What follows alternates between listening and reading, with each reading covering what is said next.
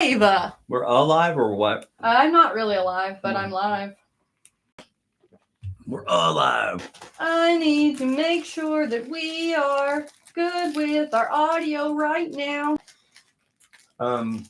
Mid-90s, West Coast. What were you going for? Green Day?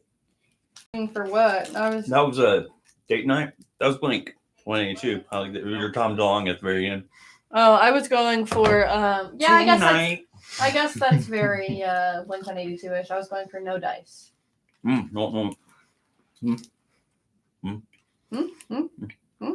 don't know. Happy Friday. I feel like I'm like way closer than you are. Let me get back here. To what? The end? I was like, it was really weird, like in terms of like when they shot Elf. Closer to the end? Yeah, probably.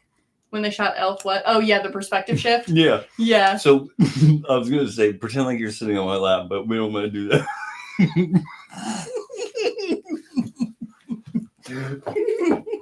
I just love how you have absolutely no filter. Oh my god! Oh shit! I was thinking about that a couple of days ago. I watched this movie called Let's Marry Barry, or like Marry Off Barry. They wanted to marry their friend Barry off because he was a pain in the ass. It was a let a woman deal with it. They found one. They found one just like him. It was pretty funny, and he had the no filter thing. I used to say things that were terrible. I mean, terribly funny, no doubt, but just mean.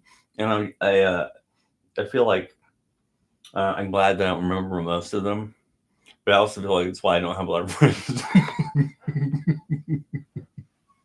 Yeah, I can attest to that. Well, the friends part. Yeah, no, I mean the you being mean part. I met when I was like in my 30s or 20s, maybe. I'm just kidding. Okay. Do you have any stories? I have one. Okay. It's about my friend Melissa. I don't do enough things to have stories, but go ahead. All right. So tell us your story. I was hanging out with her the other day, and we were in her kitchen, and I don't remember what she was doing, but she's, "Hey, have you seen my invisible scissors?"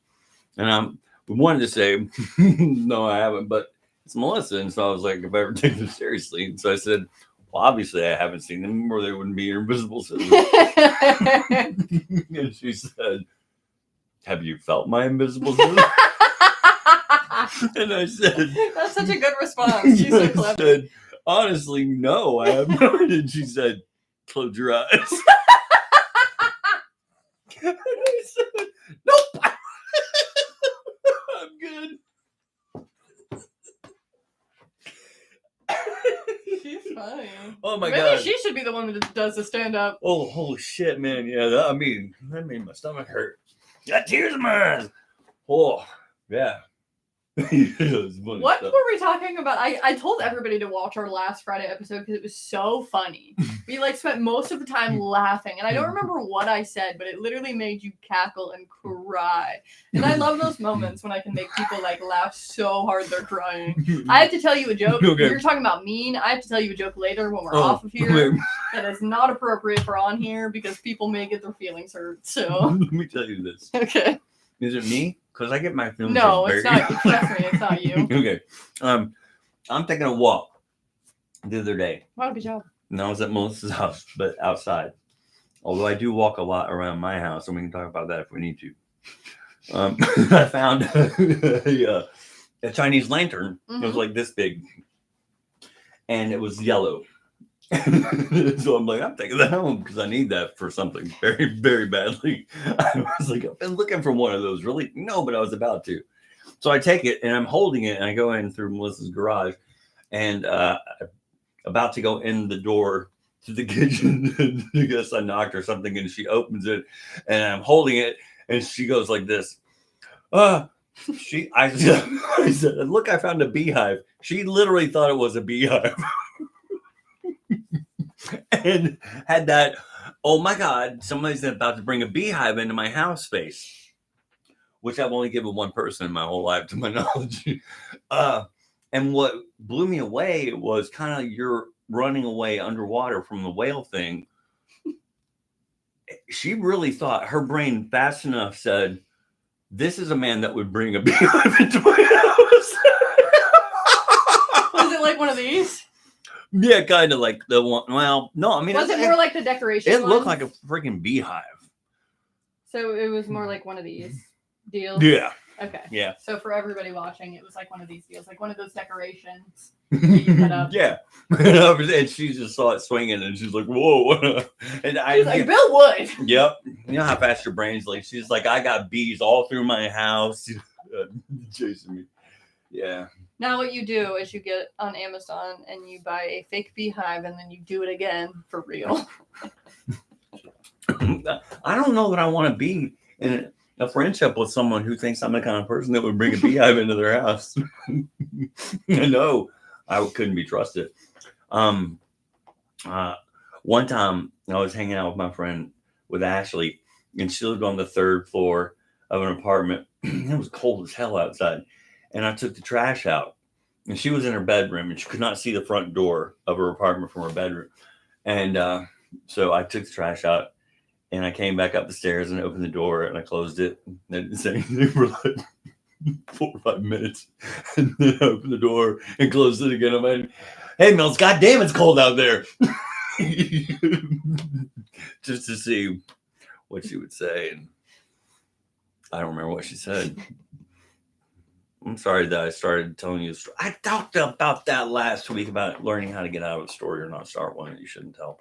Remember that? Yeah. Because I was telling stories that didn't go anywhere. That goes back to the no filter thing. Yeah. Well, this was a good one though. Yeah, she was like, I'm like, just tell me in your brain, what'd you think?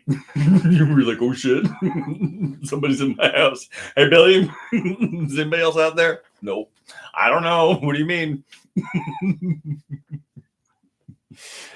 Oh my goodness. How was your week? I hear it was very hectic. Well, look at that face. That's not a happy week face. Man. It's like you said, how was your week? My eyes got real big. I said, oh. It's been a lot. For those of you who don't know, I'm in the building every day. Technically 8 to 5. I'm in here. Those are like real people hours. I know, and I don't like hours. it. I don't like it. I'm not a fan. I don't. I don't work 40 hours a week for a reason because I literally want to cry. Oh man. Yeah, it's so great. Okay. I've never seen that character before. You're still Amanda, right? Yeah, that's just HR Becky that came out. Okay.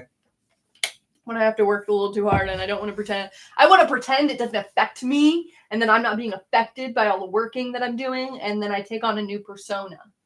Okay. You know? You're personified. Personified.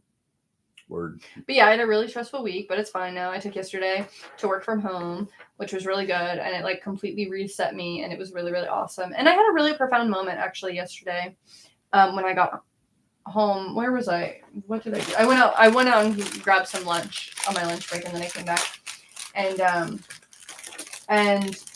I was eating, and I realized, okay. No, I'm okay, thank you. In that moment, wow, I'm eating this, you know, and it was like a yogurt. It was like a smoothie with yogurt and like protein and stuff in it, and I was like, wow, I'm eating this. This is really profound for me. And I know it sounds really silly, but oh no, I've seen this the most.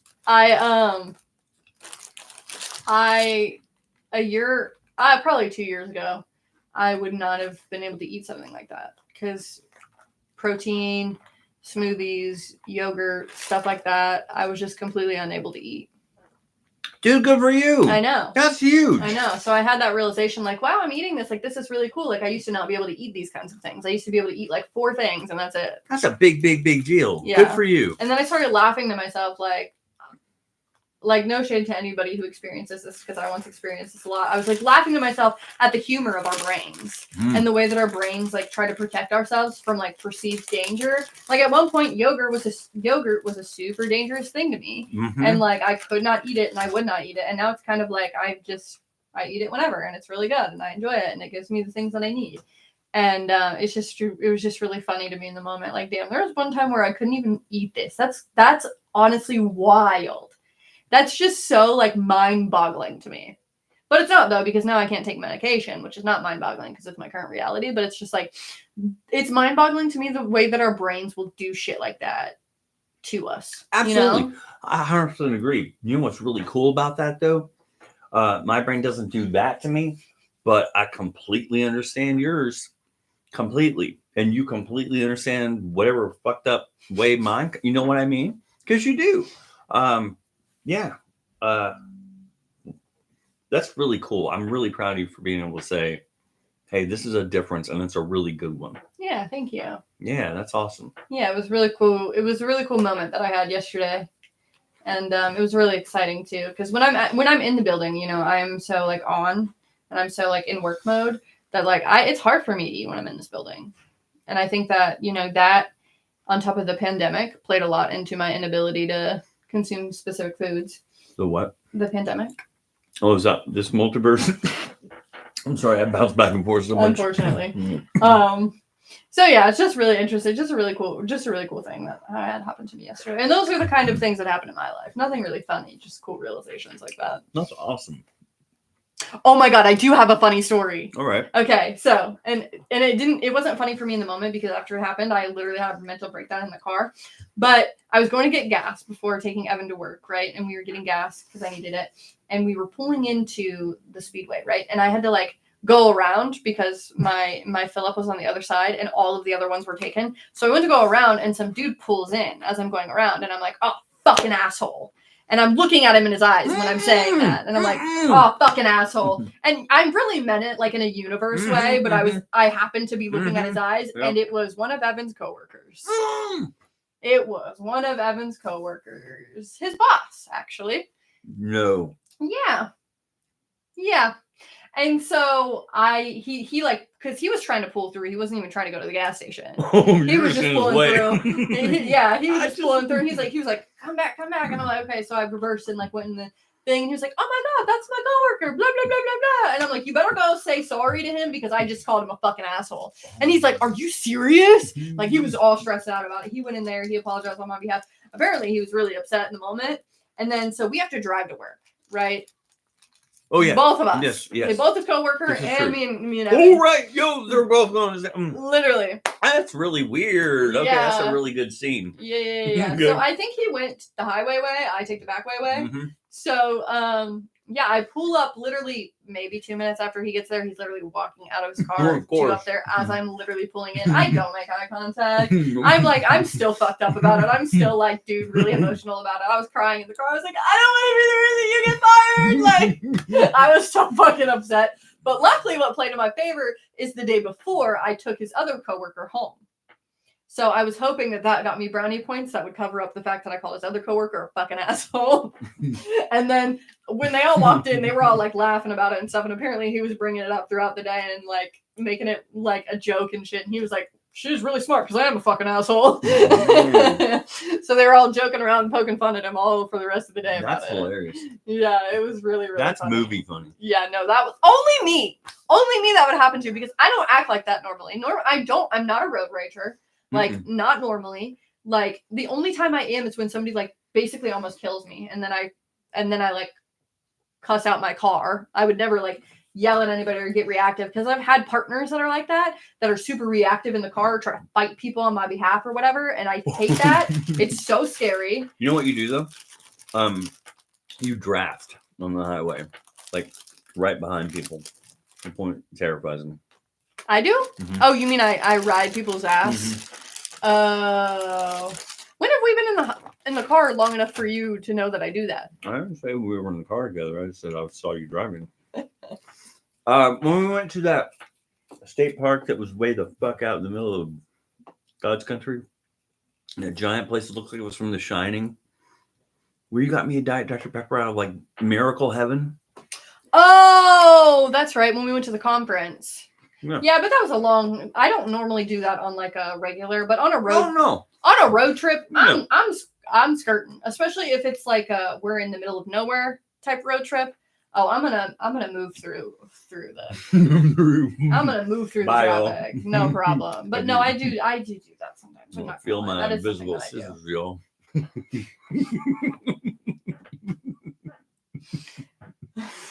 I mean, don't close your eyes around some people. I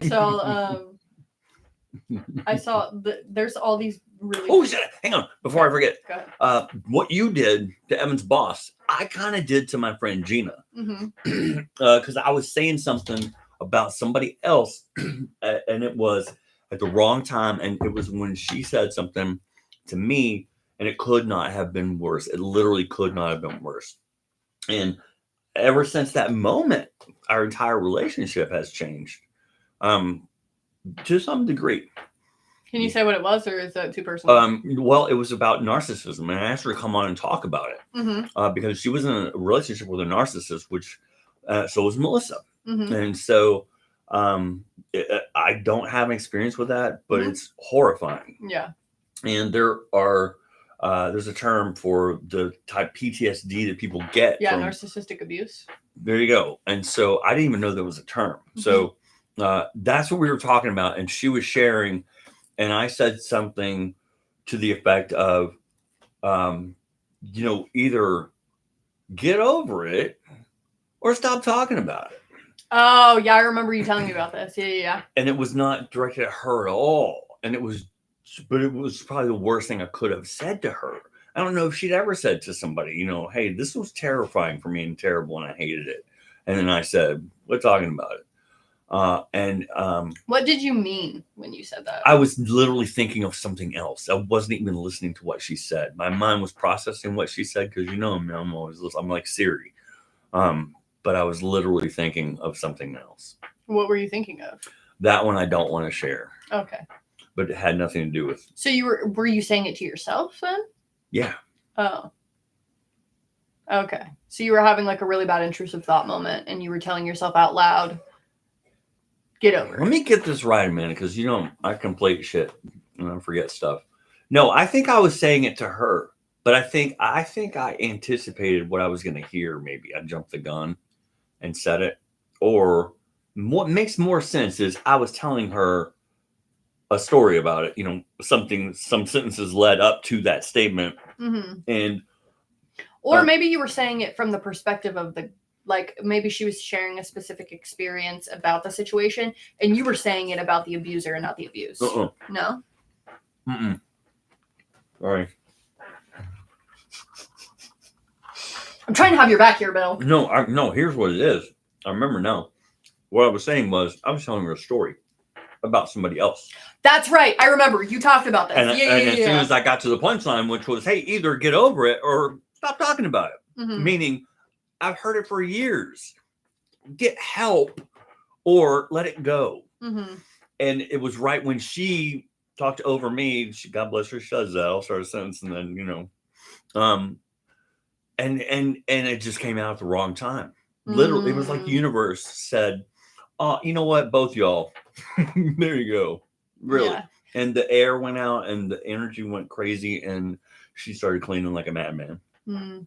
And it was horrifying. Yeah, I think it's hard too, especially when people struggle with narcissistic abuse. I mean, I am a product of narcissistic abuse as well. It's a big facet of my CPTSD.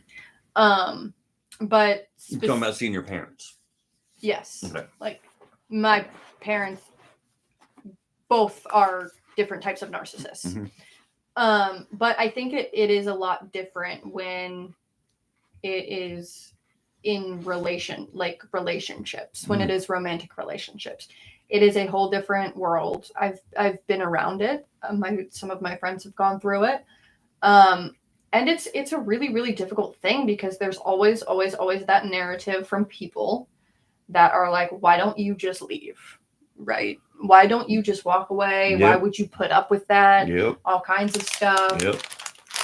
You keep going back. Yeah, and I think it's very important, which I think we've talked about this before, and I've probably said this before, but it's a literal addiction. And also, it is, our brains are wired to see our abusers not only as our abuser, but our savior. And that's what makes it so confusing, is that when you experience that abuse, right, we're developmentally wired to connect with the next person that we see post-abuse, that they're the person that's going to save us, right? So our brain neurologically locks onto that. And oftentimes the next person we see after we experience that abuse is our abusers. Yeah. So then but they'll set it up that way, right? Yeah, exactly. Okay. That's why women or people, I don't want to just genderize it because it is, an everyone thing.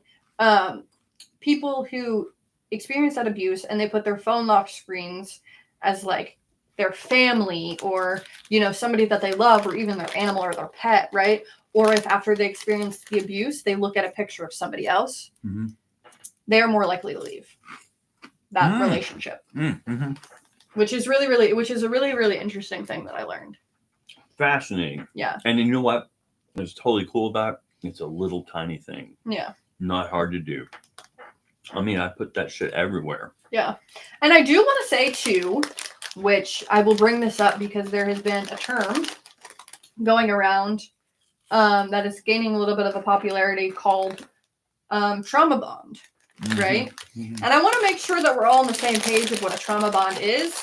That is a trauma bond. When you feel bonded to the person who caused you trauma because of those, chemicals in your brain, because the all the stuff that goes on in your brain, you are bonded and you have positive feelings towards your abuser.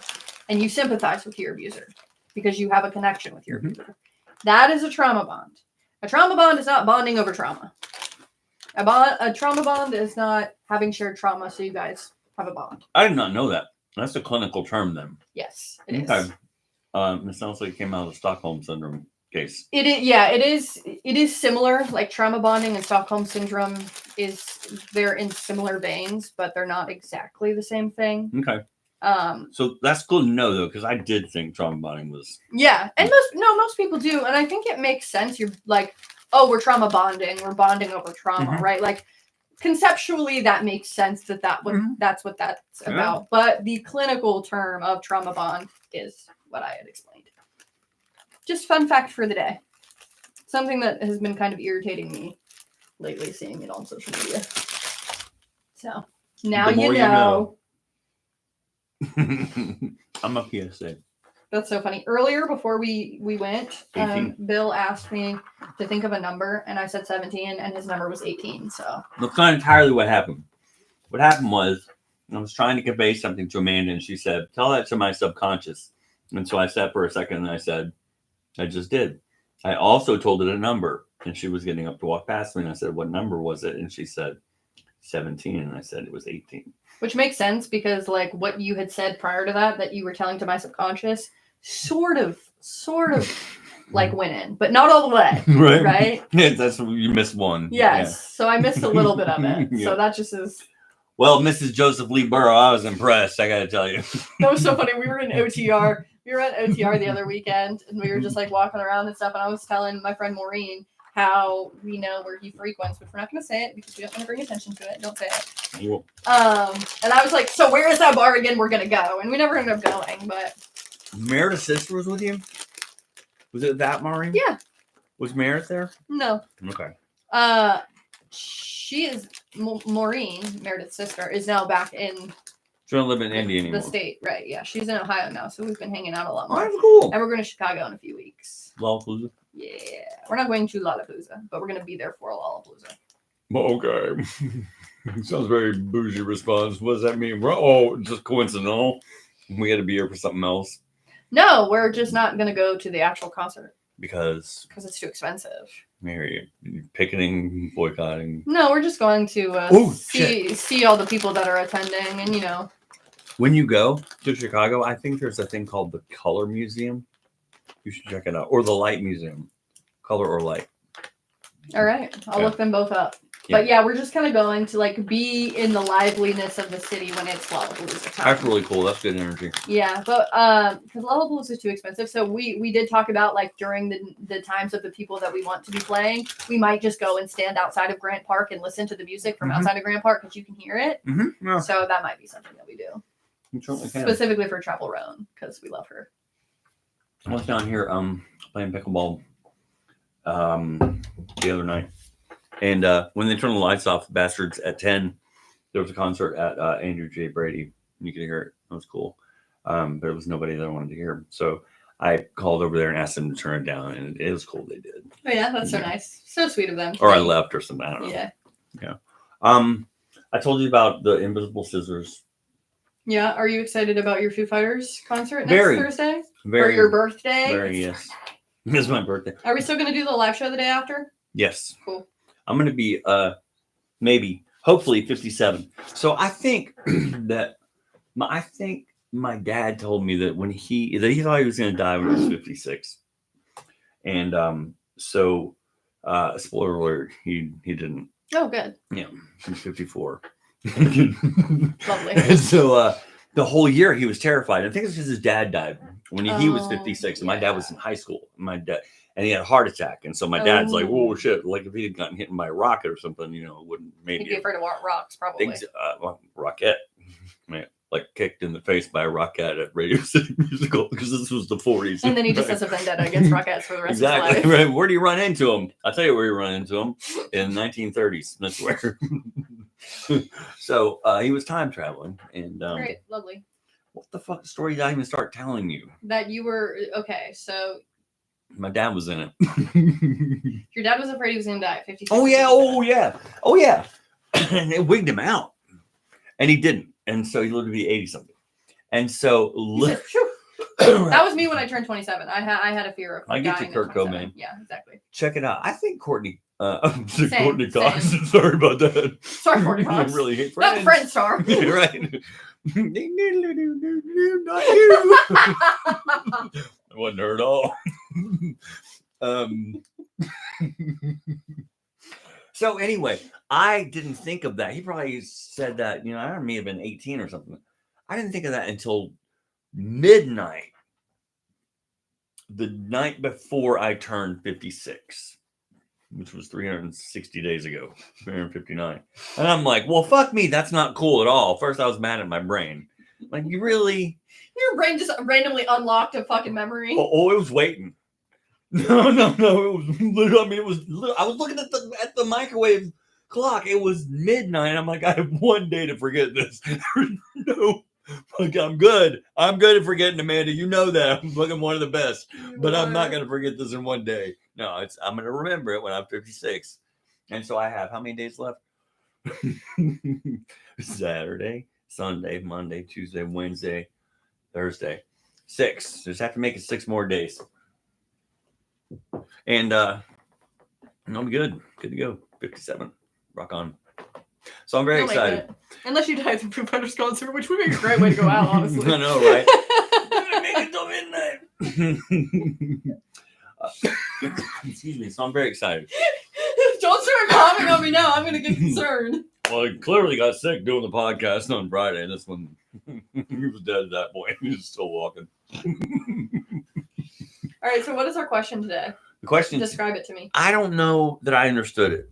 Okay. Because you and I read it, and you had a different interpretation. I had a different interpretation, which I think is the correct one. Potentially. What advice would you give on how to stay grounded and accountable during those times when you're doing well? So what I'm hearing him say is active listening.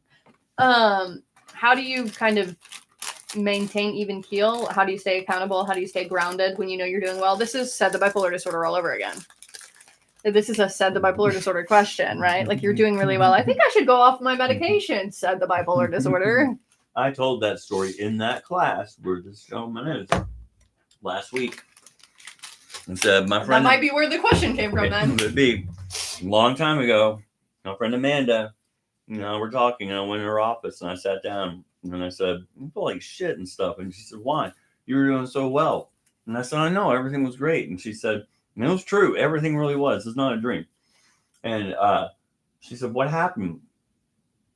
I stopped taking my medicine. And she said, why? And I said, because I didn't think I needed it anymore.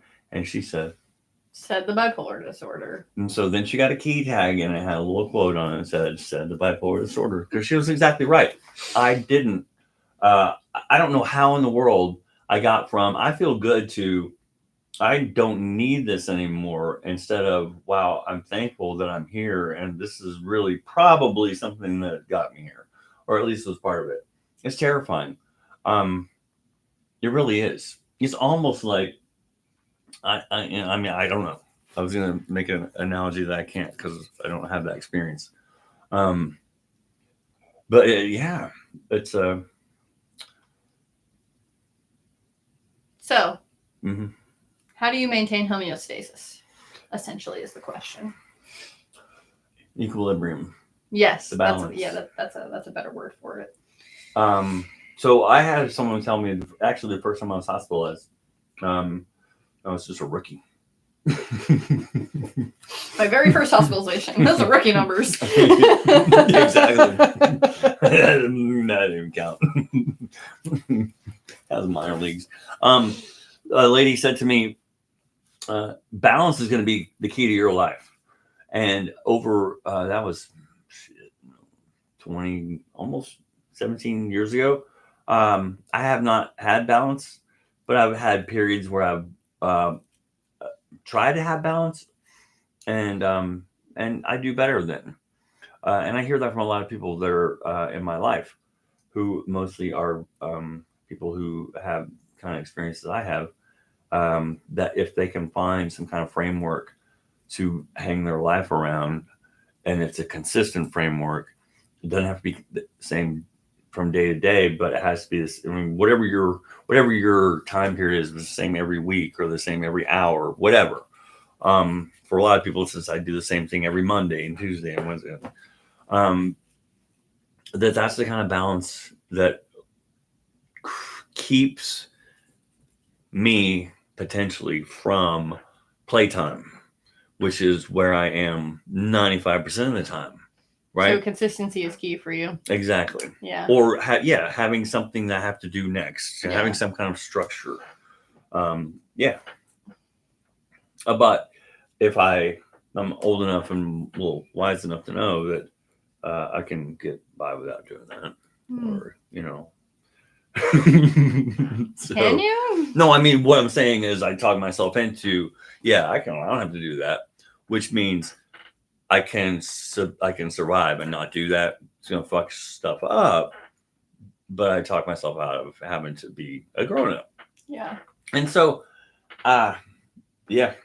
sucks. I think for me, like, I don't like being confined to structure. I love structure. My OCD thrives on structure. So that's why there's a lot of times when I don't fall into structure, because I know it feeds my compulsions. And so I'm trying to find the sweet spot between having consistency and routine, but not letting it be a compulsion. Because me and my therapist actually had this conversation, and I was like, I'm wondering here, and I'm trying to like flesh out this realization is therapy a compulsion for me? Right? Like, because a lot of my OCD is rooted in like my health, and is my inclination to always go to therapy so I don't become sick later on. Right? Which I think is a healthy mindset to have. Yeah. Right? You had a booger, but I think you got it. Oh, okay, thank you. I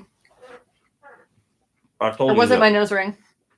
I told you that because I have a booger story for you. Oh, okay, cool. I'll remember it. And so like I have my set things, right, that I need to maintain consistency on, but there's no set time frame in which those things need to happen, right? So like I need to go to the gym at least 3 times a week at minimum. Yep. And that doesn't mean I have to go Monday, Wednesday, Friday. I could go Monday, Tuesday, Wednesday, and then take the weekend off or like whatever. But you still have a time frame. It's a week. Yeah, right. Exactly. But I don't confine myself to a specific structure, because then I get very obsessive about it. And when I get obsessive, that's when I kind of go downhill.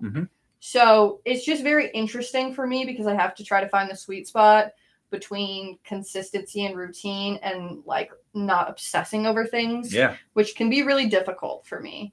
But gratitude helps me stay grounded a lot too. That's like a good one. I do have a daily gratitude practice that I do every single morning, which is honestly probably the key to the fact that I haven't had an emotional breakdown, like a complete emotional mental combustion lately.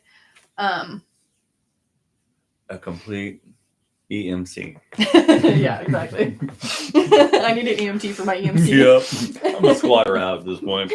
Our head's gonna explode. So yeah, I think those two, and also too, like for my OCD, like, because that's the biggest kind of concern for me right now is my anxiety and my OCD is not letting it win. I think is a big thing to like that keeps me kind of like, it causes me panic in the moment, but it keeps me grounded overall because of the fact that when my brain plays those tricks on me and says, you can't do this thing because of so-and-so, right? Like, you can't give your cat her medicine because if this medicine gets on your skin, you're going to get high and then you're going to overdose and you're going to die, right? Just like things like that, which literally aren't rooted in a lot of sense, right? Yeah. Like that's just the OCD thrives on things like that. And it can make shit up super fast. Yeah. Throw it at you. Exactly. And so I do the thing anyways. Yeah. Because that's the nature of OCD. You got to do the thing. Yep. Exposure. You can't let the compulsion win. Yep. And so that's kind of the way that I kind of maintain like being grounded is I fight those thoughts. And the more that I fight those thoughts, the less likely those thoughts are to repeat themselves. And so the first time I ever gave my cat her new medicine, I had a complete mental breakdown. Like Evan can attest to this. I freaked out. I had a panic attack. And then each time I kind of had a panic attack, but it was like, it got smaller and smaller and smaller until now I just give it to her and it's no big deal. And it's really not a problem. But it's still a thing where like, I have my set things that I have to do afterwards. Like I have to wash my hands, like to make sure that there's nothing on my skin or I don't accidentally put it in my mouth or like whatever, which I think is kind of common and standard anyways. And so, yeah, it's just trying to find that balance for me specifically in my journey of like maintaining structure without it being obsessive. And I'm trying to learn that with work too, because I have a tendency to be a workaholic. Yeah. And then when I become a workaholic, I crash out and I burn and it gets really, really bad. So not using my job to dissociate from my problems. Yeah. And so I'm trying to, you know, with this new schedule that I have, I'm trying to figure out what that looks like for me to where I'm not just working my ass off and then not taking care of myself because I haven't been to the gym in a while. So you haven't? No. And that's when I know that I'm off track, right? Is when my food suffers and my routine of the gym suffers and my sleep suffers. Those are the three big signs that I need to get myself back on track. I need to start doing one. And most of the time the gym can kind of solve the other two, right? Like if I'm having stomach issues or I'm having sleep issues, the gym is normally the cure for that. So I know that when those two things are messed up, like my stomach has been messed up for weeks, I'm like, you got to get to the gym. I probably said this to you before. I have learned that I cannot think my way into acting. Yes. I'm never going to wake up and go, I cannot wait to get to the gym today. Unless I make myself feel that way. And I do that by acting my way into thinking, which is putting on my tennis shoes and going to the gym. And then one day, and it's not very long, I do wake up and go, I get to go to the gym today. Yeah, I Pavlov myself, actually. That's the way that I do that. Like, I get a coffee. I used to get a coffee every day before the gym. Yeah, you told me so I was like, I'm so excited to get coffee. So I'm Yeah. going to the gym today. Even if I didn't feel like going to the gym today, I would want coffee. And my only justification for getting coffee in that moment was going to the gym. So I'd go to the gym even when I didn't want to. And I'd feel better afterwards because of it. Yep, me too. So Pavloving yourself can sometimes work too. Yeah. To like stay that grounded, right? And like that's what helps me get out of bed in the morning too. Is like I'm doing my daily gratitude practice, which is really good for me, and I really enjoy it. Yeah, it's good. And so like it helps me get out of my bed and get out of the comfort and get out of the warmth. So balance and routine are different things, and I think I kind of acted like they were the same. And so having the same framework doesn't mean you're exactly right. It doesn't mean doing the same things every day. Right. But for a lot of people, it's at least having the same, like some people meditate every day. Yeah. Or some people eat every day. I've heard that, you know, that's a thing. God, I hope so. Right. So it doesn't have to be a tangible, you know, I wake up do at this 6 every day. Yeah. Just like at the gym, I do legs someday, I do arms someday, I do yoga other days. It's not the same thing every day. One time I went to spinning class with my friend Leah, and I actually texted with her yesterday for the first time since Ashley left us. Aww. And but I didn't get to tell her yet. What were we doing? Oh, so we went to spinning class, right? She's like, come to spinning. I'm like, all right. And so what even is a spin class? Is it the bikes? Yeah. Okay. Yeah. Okay. So we're at LA Fitness when it was LA Fitness, Z Sporting now. And we're going to spinning class, and it's all these women and me. And there's like 30 people in here. And I can't, my bike is like too tall or too short. And so I'm having trouble, and Leah's like, get off and I'll fix it for you. And so she like is raising the thing up. and the person that's leading the group has got her headset on, and she's looking this way, and the woman next to me goes, "Hang on, we've got a man in here." And then Leah's fixing my seat. She's like, "We're ready to go," and I'm like, "Okay, thanks." That's awesome. Yeah, it was fun. That's great. And so that was spinning. Oh, I gotta tell you the booger story. Okay, yeah, tell me the booger story. All right, well, 2 things happened to me today. One is I'm gonna tell you it's the booger story.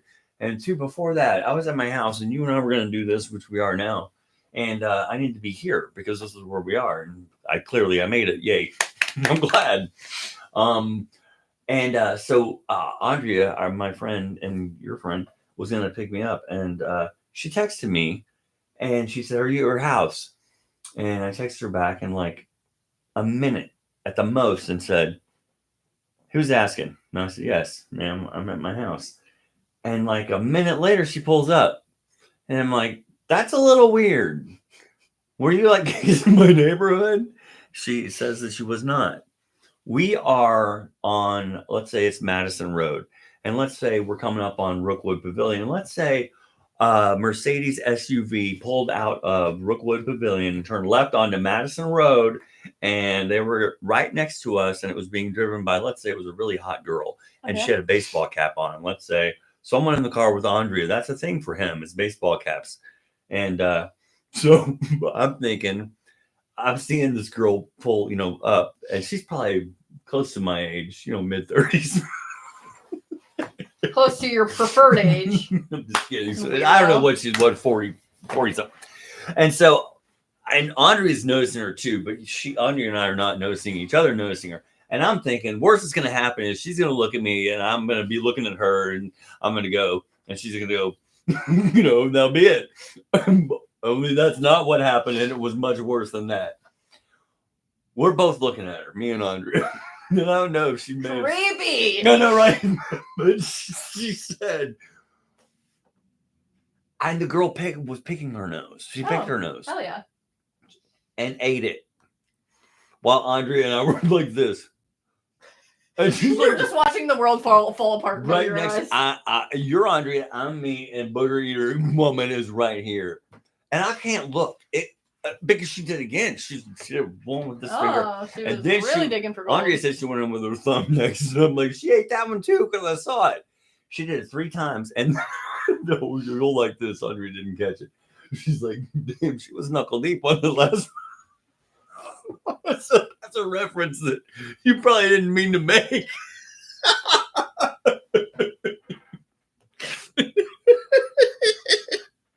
But I thought you when she said that. You thought of me? Well, because I'm why did you think raw dog in life, and you because of the misuse of terms that we should not. That is true. I do that a lot. Yeah. I do that a lot. Back shots. Wasn't that you? That was you. Okay. I was afraid to say that one. I'm like, well, that wasn't her. Yeah, that's why it reminded me of you. Someone was getting shots in their back, and I was like, yeah, she got her back shot.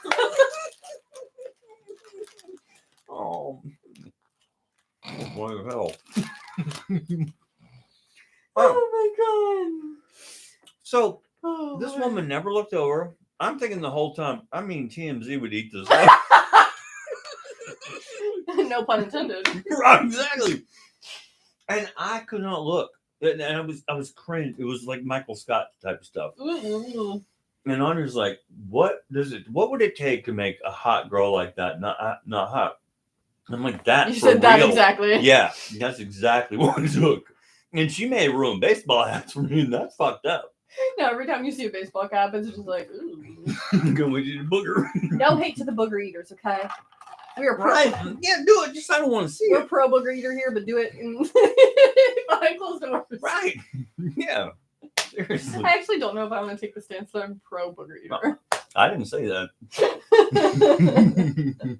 I might take that back. I'm pro, no judgment. You can take it back if you want to. Oh my god. Do you like this sticker that I have? Anxious girly ahead. Yeah. Oh, that reminds me. It says caution, anxious girly ahead. I got this from the students when they came. The students. One time, my friend Ashley and I went to the museum center, which is here in Cincinnati. and they have an IMAX, and they have a history museum and a children's museum. And it was free because the Bengals had won the AFC Championship, and it cost us $200 free day. I'm like, that sucks. Good for y'all. And so we went to the children's museum because I said, hey, let's pretend like we're from outer space. And we were sent here to find out about 8-year-olds. So like, where would we go? We'll go to the children's museum and ask to see the 8-year-olds. Because you can go to the history museum to see all about history. And so we would think that would be. You remember this? They don't have kids at the museum. It's for children. I'm just testing new stuff. Oh, Lord. And she's not here, or she would have tested the whole thing. I swear to God. She probably would have told it better than you too. Probably. I'm working on it. That's probably true. That's the hard part. Aww. One of the hard parts about being, really, really funny is if you don't have the right story behind your delivery, it's just, I got no shit. So I have not looked at pictures of Mills. I have not looked at text messages until 3 days ago. I looked at text messages. I looked at the last things we said to each other. Just because I wanted to see how many times I said, hey, what the hell? Before, and that triggered something in my brain. I had therapy yesterday, thank God. And I think when we went to that service they had for her, when they, I thought it was like a timeout for me. And I think my brain just kind of realized it's not a timeout. It's over, And so for 3 days, I just break down and intense, painful sobbing. And not now. That's weird. I can talk about it now. It was crazy, Amanda. It would just come on. Yeah. And I was a wreck. And I was kind of thinking along that lines when we were talking about the Pavlovian thing and exposure therapy. And again, the one thing I've been consistent with the entire time I've been talking to you and universe is the beta project for humans is fucked up. I'm exposure therapying myself out of my friend.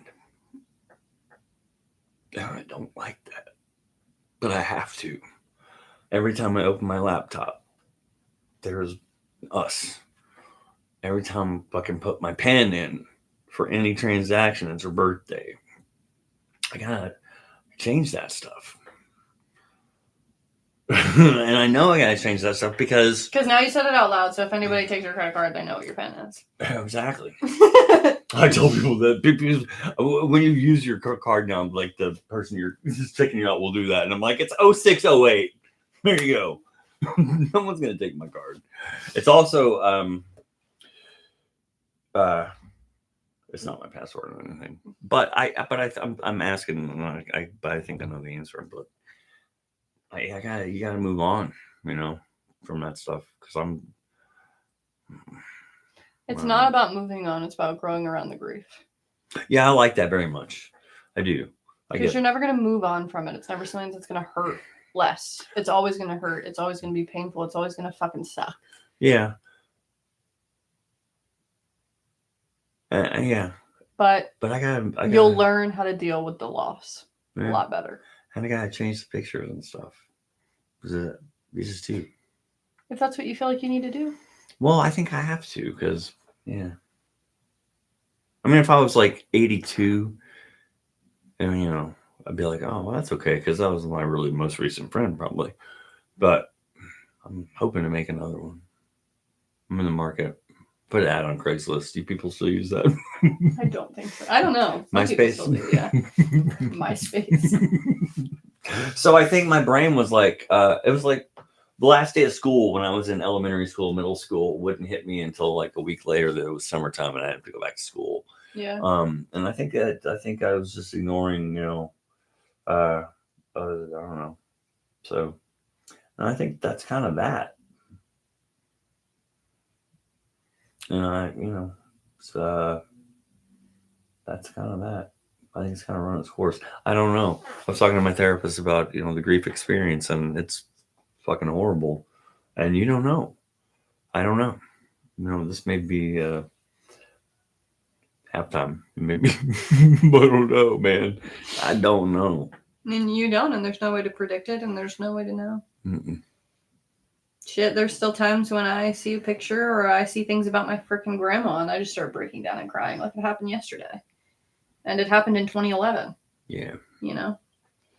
It's just sometimes things hit you a little harder on some days, and some days you can just work through it. Absolutely true. And part of the problem I have with everything, for real, it's not cool. It's not cool that it hurts me physically when someone I love hurts my feelings, and I know that I can think of that exact thing 2 weeks later and it won't. And, I don't know.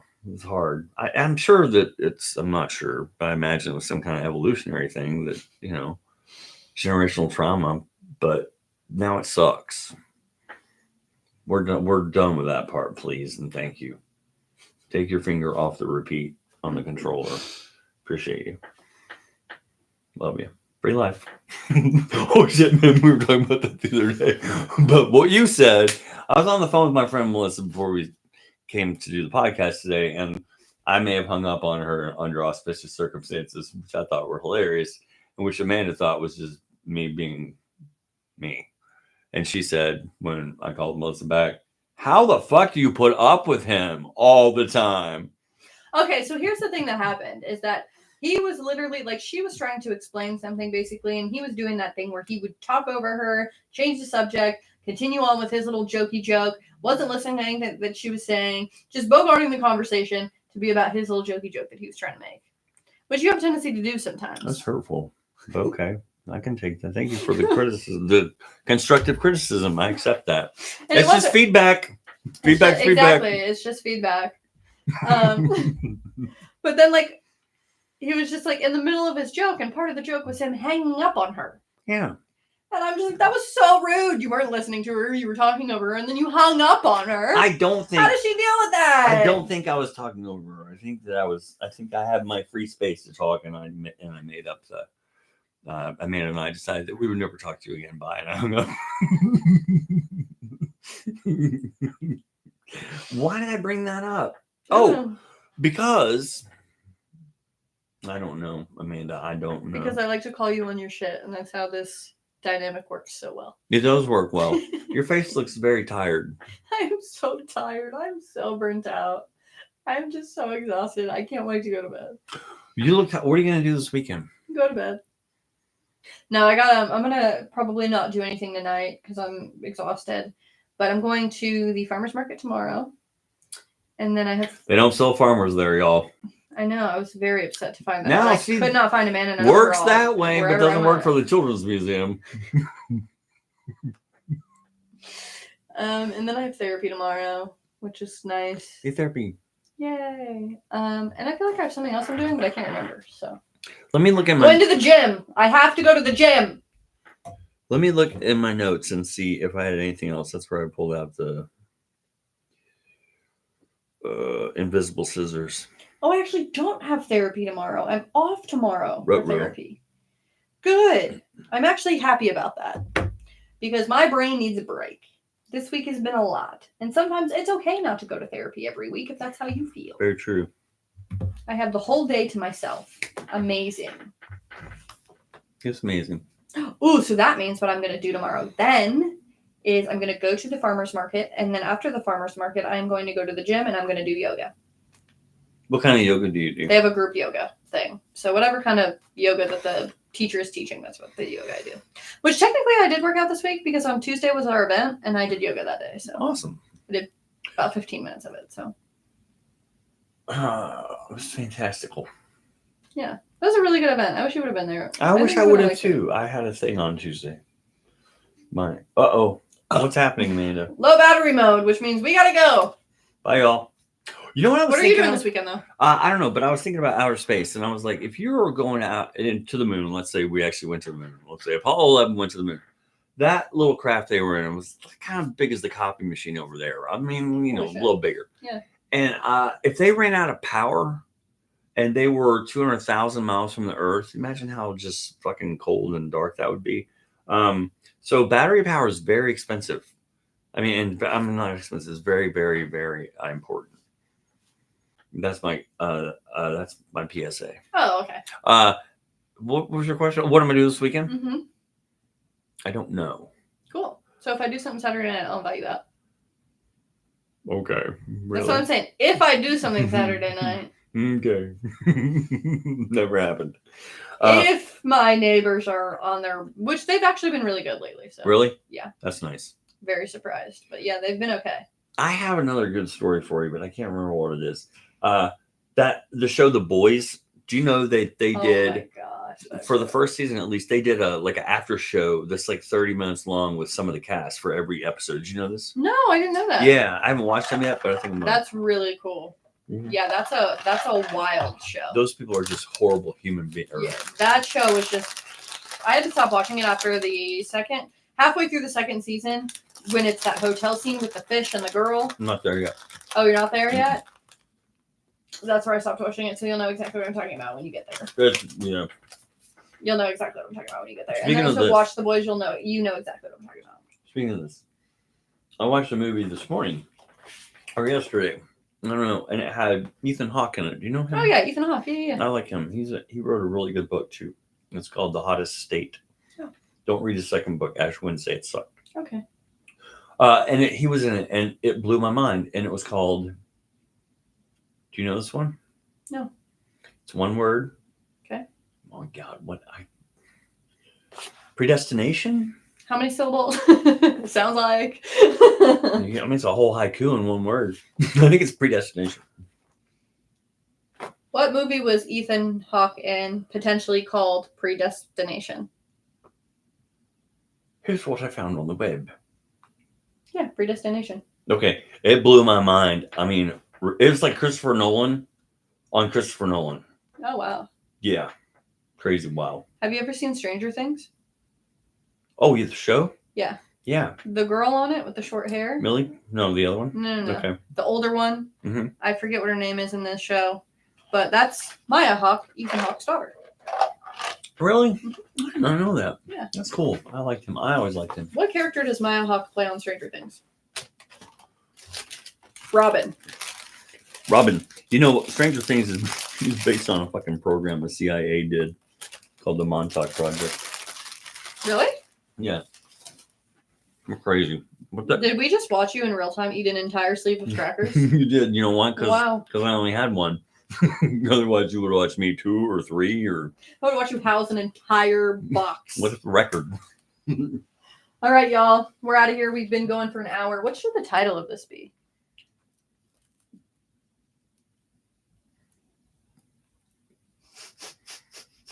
Knuckle deep.